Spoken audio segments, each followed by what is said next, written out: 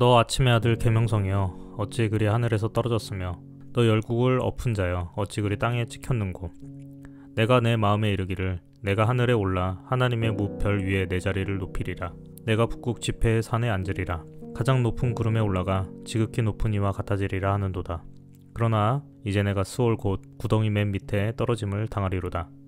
이사야 14장 12절에서 15절 말씀입니다.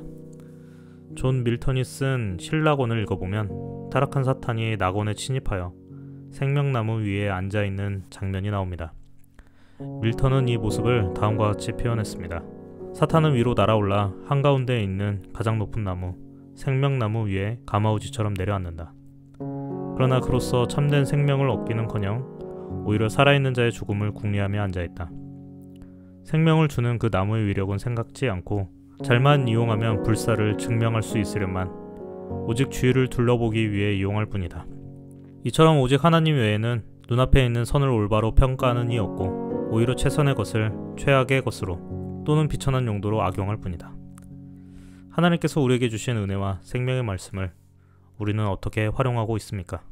나 자신의 안위와 성공, 나 잘되는 것, 나 자신이 힐링받고 위로받는 것으로 하나님의 말씀을 이용하고 있는 것은 아닌가요? 나 중심적인 신앙을 가지고 있으면 우리도 사탄과 같이 생명나무를 그저 주위를 둘러보는 하찮은 일을 하는데 사용하는 우를 범할 수 있습니다. 하나님의 말씀을 그저 내적 치유나 나 자신을 위로하고 내 영혼이 잘되고 회복되는 것에만 초점을 두어 살아갈 수 있습니다.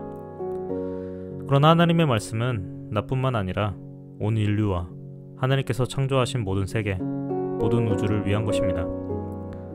모든 만물에게 생명을 주시는 말씀이며 그저 위로받고 나 잘되는 것에서 끝나는 것이 아닌 내 안에서 나 스스로 해결할 수 없는 죄의 문제가 깔끔하게 해결되고 하나님과의 깊은 관계로 들어가 이 땅 가운데 하나님의 나라를 실현하며 더 나아가 하나님을 모르는 많은 이들에게 복음을 전하여 그들이 구원받을 수 있는 힘을 가지고 있습니다. 또 사랑이 없는 곳에 사랑이 피어나게 하고 생명이 없는 곳에 생명을 있게 하며 절망과 좌절이 있는 곳에 희망을 주고 선이 없는 악한 곳에 선한 일들이 일어나게 합니다. 이러한 하나님의 말씀을 단순히 나 자신을 위해서가 아닌 하나님의 나라를 위해서, 하나님의 영광을 위해서 우리 삶 가운데 새겨 살아가시는 여러분이 되시길 간절히 소망합니다.